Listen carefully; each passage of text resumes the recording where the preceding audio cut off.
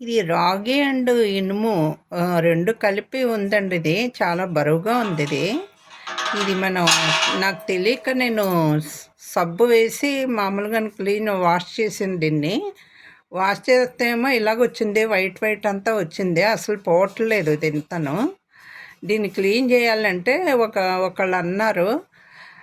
మా అమ్మాయి అంది ఇలాగా కొబ్బరి నూనెతోటి ఇలాగా కాటన్ తీసుకొని కొబ్బరి నూనెతోటి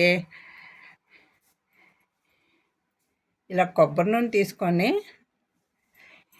ఇలా క్లీన్ చేస్తే బాగా క్లీన్ అవుతుంది, అలా కడగకూడదు అని చెప్పింది. అందుకని ఇప్పుడు ట్రై చేస్తున్నాను.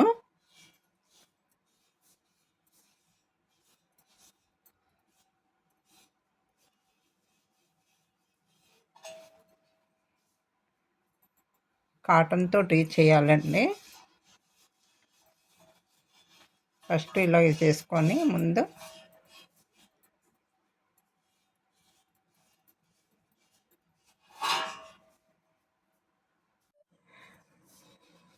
ఇలా నూనెతోటి ఇలా క్లీన్ చేసానండి.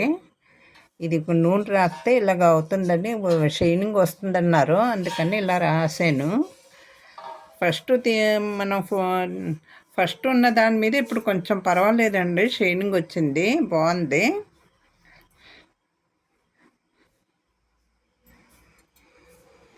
ఓకేనండి. మీకు ఏమన్నా ఎలా క్లీన్ చేయాలో మీకు కామెంట్లో చెప్తే మీరు దాన్ని నేను పాటిస్తాను. ఓకే.